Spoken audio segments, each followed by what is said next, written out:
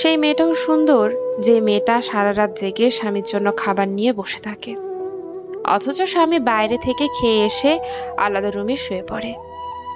সেই মেয়েটাও সুন্দর, যে মেয়েটা স্বামীকে যৌতুকের টাকা দিতে পারেনি বলে প্রতিনিয়ত বিশ্রী গালি গালাজ আর কুটু কথা শুনেও সংসারটা করে যাচ্ছে।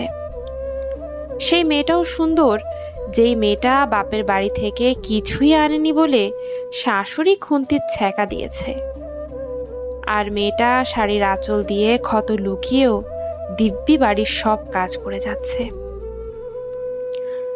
সেই মেয়েটাও সুন্দর, যেই মেয়েটা সংসারের হালটা ধরছে টিউশনি করে, সংসারটা সামলাচ্ছে, ছোট ভাই বোনের খরচ মেটাচ্ছে, আবার রাস্তায় বকাটে ছেলেদের অশ্লীল মন্তব্য হজম করছে। সেই মেয়েটাও সুন্দর, যেই মেয়েটা অন্যের বাড়িতে কাজ করে, স্বামী নেশা করে সারা দিন টাকা টাকা করে, মেয়েটা তালাক দিয়ে বাবার বাড়িতে যেতে পারে না, ভাইয়েরা সব সম্পত্তি দখল করে রেখেছে, মেয়েটা যেই বাড়িতে কাজ করে সেই বাড়ির মালিক প্রায় শরীরে হাত দেয়, কাজ হারানোর ভয়ে দাঁতে দাঁত চেপে সব সহ্য করে। সেই মেয়েটাও সুন্দর, যেই মেয়েটার স্বামী পরক্রিয়ায় লিপ্ত, মেয়েটা রোজ নামাজে বসে আল্লাহর কাছে কান্নাকাটি করে, কল্পনা করে একদিন স্বামীর সব বদ অভ্যাস চলে গিয়ে স্বামী ঘরমুখ হবে। মেয়েটা কাউকে কিচ্ছু বুঝতে দেয় না। সেই মেয়েটাও সুন্দর, যেই মেয়েটা বন্ধ হবার কারণে স্বামীর বাড়ি থেকে প্রতিনিয়ত অত্যাচার আর খারাপ কথা শোনে, মেয়েটা তবুও টু শব্দটা না করে সংসারের সব কাজ একা করে, অথচ একদিন ডাক্তার বলল সমস্যাটা তার স্বামীর। সেই মেয়েটাও সুন্দর, যেই মেয়েটা স্বামীর বাড়িতে সবার খাবার পর ভাতের হাঁড়িতে দেখে কিছু পোড়া ভাত আর সামান্য তরকারি বেঁচে আছে, তাই দিয়েই খেয়ে নেয়, কাউকে কিচ্ছু বলেনি কোনোদিন। সেই মেয়েটাও সুন্দর, যেই মেয়েটা রান্না করতে পারতো না বলে মুখের উপরে খাবার ছুঁড়ে মেরেছে, মেঝেতে ভাতের হাঁড়ি ছুঁড়ে ফেলেছে, মেয়েটা রাত্রে গিয়ে হাত পুড়িয়ে ফেলেছে, গরম তেল এসে হাতে পড়ে ফোসকা পড়ে গেছে, মেয়েটা কাঁদেনি, কেউ জানেনি। সেই মেয়েটাও সুন্দর, যেই মেয়েটা হোস্টেলে থাকে, মাঝে মাঝে খাবার খেতে পারে না টাকার অভাবে, টিউশনেতে গিয়ে নাস্তা খেয়েই দুপুরের খিদে মিটিয়ে ফেলে। সেই মেয়েটাও সুন্দর, যেই মেয়েটা প্রতিদিন বিয়ের জন্য অপেক্ষা করে, পাত্রপক্ষ এসে পছন্দ করবে কোনো রকম যৌতুক ছাড়া, অথচ মেয়ে কালো বা একটা অঙ্গহানির কারণে পাত্রপক্ষ কিছুতেই রাজি হয় না। সেই মেয়েটাও রোজ নিয়ম করে কাঁদে, সেই মেয়েটাও মায়ের সামনে হাসে, সান্ত্বনা দেয়, আল্লাহ যা করেন ভালোর জন্যই করেন। সেই মেয়েটাও সুন্দর, যেই মেয়েটা ফরহেজগার হওয়ার পরেও দুশ্চরিত্র স্বামী পেয়েছে, তবুও আল্লাহর প্রতি রাগান্বিত হয়নি, বরং আরও নামাজ পড়ে আল্লাহর কাছে ক্ষমা চায় প্রতিনিয়ত।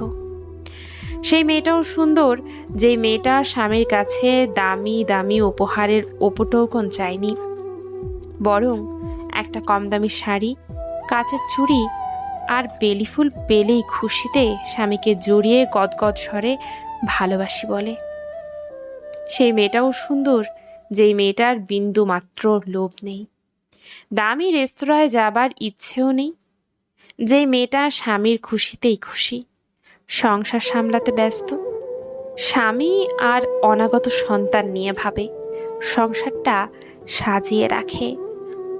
সেই মেয়েটাও সুন্দর, যেই মেয়েটা নিজের গহনা স্বামীর হাতে তুলে দিয়ে অভাব মেটায়, পরে কিনে দিতেই হবে বলে স্বামীর মন শান্ত করে।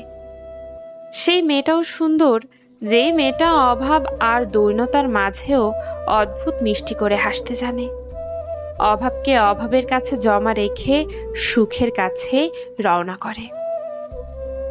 এরকম অসংখ্য নারী আছে যাদের গল্প আমরা জানি না। আমরা পুরুষ জাতির অল্প কয়েকটা নারীকে চিনি, যাদের চিনি তাদের সবাই আমাদের পরিচিত, আর যাদের চিনি না তাদেরকে আমরা বাহ্যিকভাবেই চিনি, ভেতরটা না। একটা নারীর অব্যক্ত নানান কথা আছে, নানান ব্যথা আছে। নারীর খারাপ হবার পেছনে যেমন একটা ধ্রুব অবহেলার গল্প আছে, তেমনি নারীর মূর্তিমান নারী হবার পেছনে মহীয়সী একটা গল্প আছে। পুরুষ, তোমাকে অনেক নারীর দায়িত্ব দেওয়া হয়নি। প্রকৃতি তোমাকে অল্প কয়েকজন নারীর দায়িত্ব দিয়েছেন, এ যেমন তোমার পরিবারের। পুরুষ, তোমার কাজের ফাঁকে ফাঁকে এটাও জানা উচিত তাদের দেখাশোনার দায়িত্ব তোমার। তোমার জানা উচিত কে খেলো আর কে না খেয়ে ঘুমোলো। তোমার জানা উচিত কোন নারীর কোন মাসে প্যাড কেনার দরকার। সেটা লজ্জায় তোমাকে বলতে পারছে না। পুরুষ, তোমার প্রচুর দায়িত্ব। তোমাকে কেবল চায়ের দোকানে বসে রাজনীতির আলাপ করার জন্য দুনিয়াতে পাঠানো হয়নি। তোমাকে কেবল অন্যের ব্যাপারে নাক গলাতে পাঠানো হয়নি দুনিয়াতে। পুরুষ, তোমার কাজটা সঠিকভাবে তুমি করো। তোমার দায়িত্ব পরিবারের কোন নারীর কি দরকার সেটা দেখা। তুমি সেটাই আগে পালন করো। পুরুষ, তোমার জানা উচিত নারীর গর্ভে তোমার জন্য, আবার নারীকে পাবার জন্য তোমার জন্ম। তুমি নারীতে উদয়, আবার নারীতেই অস্ত্র। তোমাকে অন্যের বউয়ের দিকে তাকানোর দরকার নেই। তোমাকে নিজের পরিবারের নারীদের হেফাজত, তাদের চাহিদা পূরণ করার জন্যই পাঠানো। কারণ তাদের রিজিক তোমার কর্মের উপর নির্ধারিত। নারী সুন্দর, শুভ্র, মায়াময়। তাকে বুঝতে শেখো পুরুষ। সে একমাত্র তোমার বিরুদ্ধে গেলে দুনিয়া তোমার জন্য জাহান্নাম হয়ে যাবে। নারীর চেয়ে ভয়ানক খারাপ আর কিছুই নেই দুনিয়াতে। আবার নারীর মতো নিষ্পাপ সুন্দর কিছুই নেই দুনিয়াতে।